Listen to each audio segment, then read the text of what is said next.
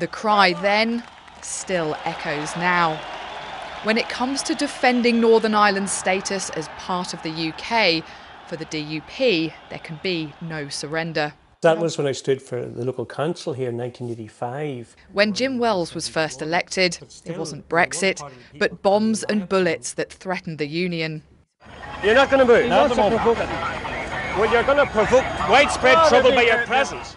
Then the IRA tried to end British rule. If your Britishness is under threat through terrorism or an invasion, then you tend to cling to that citizenship much more strongly. Now, having stopped Provisional IRA from achieving that through mass murder, we're certainly not going to acquiesce to anything political through the Brexit deal. Do you feel your Britishness today is under threat? Oh, absolutely. And in fact, no more under threat than it is at the moment, because this deal that Theresa May has negotiated could represent a huge threat to the union of Great Britain and Northern Ireland. Is there a lot of whispering in corridors at the moment, a lot of plotting?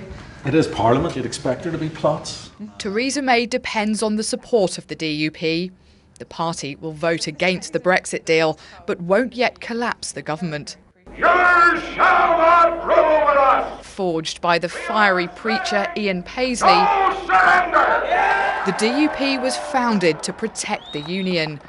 So can his son now prevent a deal that treats Northern Ireland differently to the rest of the UK?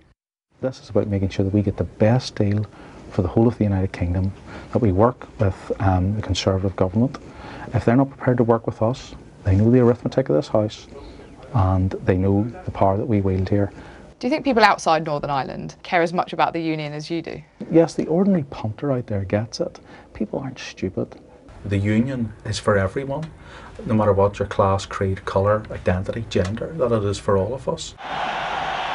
The DUP are not fazed when the British government tries to get them to act in a certain way, because they've had years and years of tough peace process negotiations. They've gone eyeball to eyeball with Sinn Féin, who are equally tough on the other side of Northern Ireland's divide. So the DUP, they're hardline, they're belligerent, they know what they want, and the DUP doesn't bluff. Today, Belfast bears little sign of its history of violence, and the backstop is to help ensure those days never return.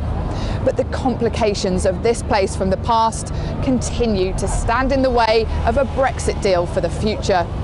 Emma Vardy, BBC News, Belfast.